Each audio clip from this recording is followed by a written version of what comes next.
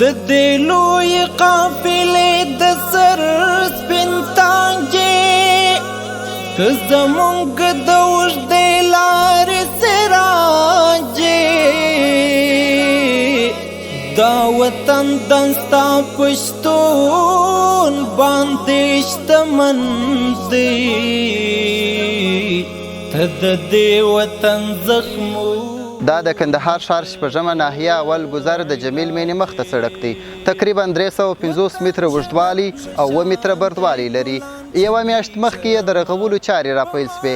تر دې دمه یې 80% کارونه مخ ته تللي دي او پاته کارونه به یې د 15 ورځو په موده کې بشپړ سي.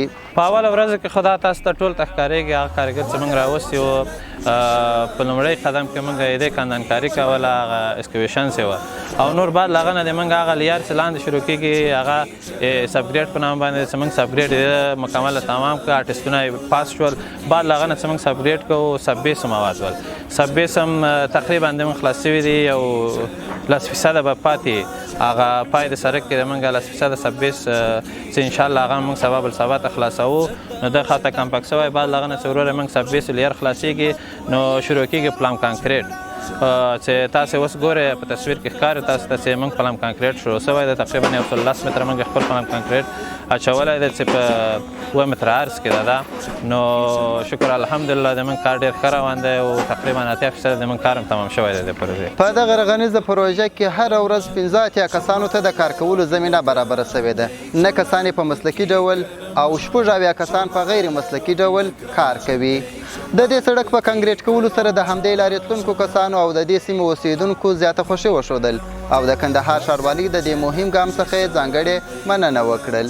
مخکې خو بیخي بیکاران وي اوس خو دا ښاروالۍ کور ودان د موسسې کور ودان داسې کارونه ډېر سي دا بیکاره ځوانان پر کار سي دا به ښه وي.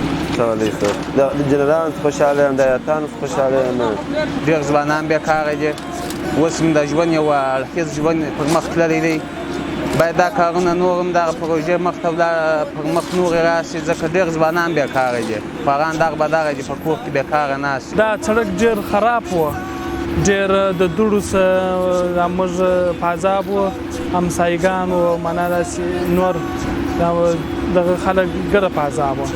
افتخار دی په مال او سر بساتم آزاد افغانستان دی ګلان پکې کرمه آزاد افغانستان دی.